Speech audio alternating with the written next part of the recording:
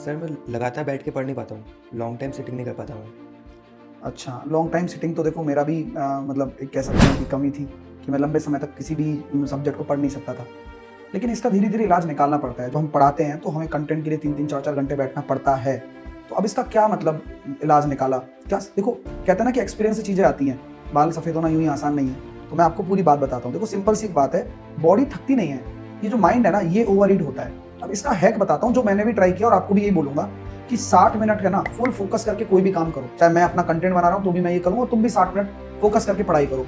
फिर 3 से 4 मिनट का माइक्रो ब्रेक ले लो और ये छोटा ब्रेक आपकी ब्रेन बैटरी को रिचार्ज कर देता है, क्योंकि ब्रेक लेते हैं कुछ भी करते हैं उसमें तो वो रिचार्ज हो जाते हैं दोबारा से। हाँ, दोबारा पढ़ने की एनर्जी आ जाती है। और दूसरी चीज बताता हूँ, हाइड्रेशन रखो। मैं पानी की बोतल को साइड में रखता हूँ हमेशा। क्यों रखता हूँ भाई? क्योंकि मुझे सिप करते करते पानी पीना है। जब मैं कोई क्वेश्चन करा रहा होता हूँ क्लास में तो भी मैं मतलब अपने आप को हाइड्रेट रखता हूँ। इससे फोकस बना हुआ रहता है। और अगर आप खुद को डिहाइड्रेट रखोगे ना तो डिस्ट्रैक्शन आएगा। ये लिख के रख लो बात का।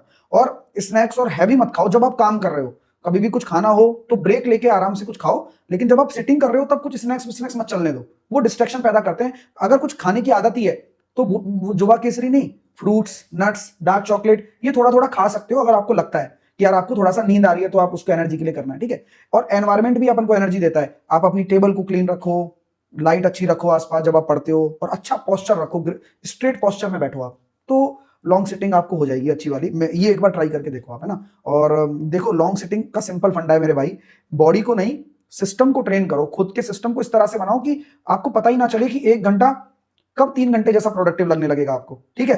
तो ये एक मेरी तरफ से हैक है और उम्मीद करता हूं आपको समझ में आ गया होगा। Okay sir, thank you so much. ठीक है ना, बस पढ़ते रहो यार। कोई भी ऐसा डाउट हो तो मेरे से पूछ लेना, कोई टेंशन नहीं है। जय हिंद।